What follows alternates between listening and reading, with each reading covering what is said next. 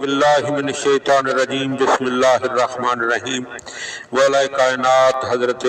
امیر المومنین علی ابن ابی طالب علیہ السلام کے مجموعہ کلام نہجل بلاغہ کے تیسرے باب کا 472 نمبر فرمان وقال علیہ السلام فی دعاء استسقا بہی۔ یہ فرمان ذیشان سرکار اعلی مرتبت نے اس وقت جاری فرمایا جب آپ طلب باران کی یعنی بارش کی دعا فرما رہے تھے۔ فرمایا اللہم اسقنا ظلل السحاب دون سعابہا، بار الہا ہمیں فرما بردار بادلوں سے سیراب کر، نہ کہ ان بادلوں سے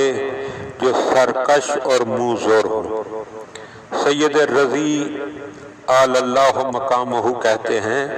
کہ یہ کلام عجیب و غریب فصاحت پر مشتمل ہے، اس طرح کے امیر المومنین علیہ السلام نے کڑک، چمک، ہوا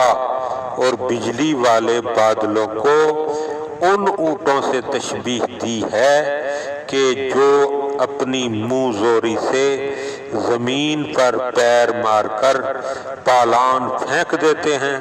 اور اپنے سواروں کو گرا دیتے ہیں، اور ان خوفناک چیزوں سے خالی ابر کو ان اونٹنیوں سے تشبیہ دی ہے جو دہنے میں یعنی دودھ لینے میں مطیع ہوں اور سواری کرنے میں سوار کی مرضی کے مطابق ہوں۔ سبحان اللہ،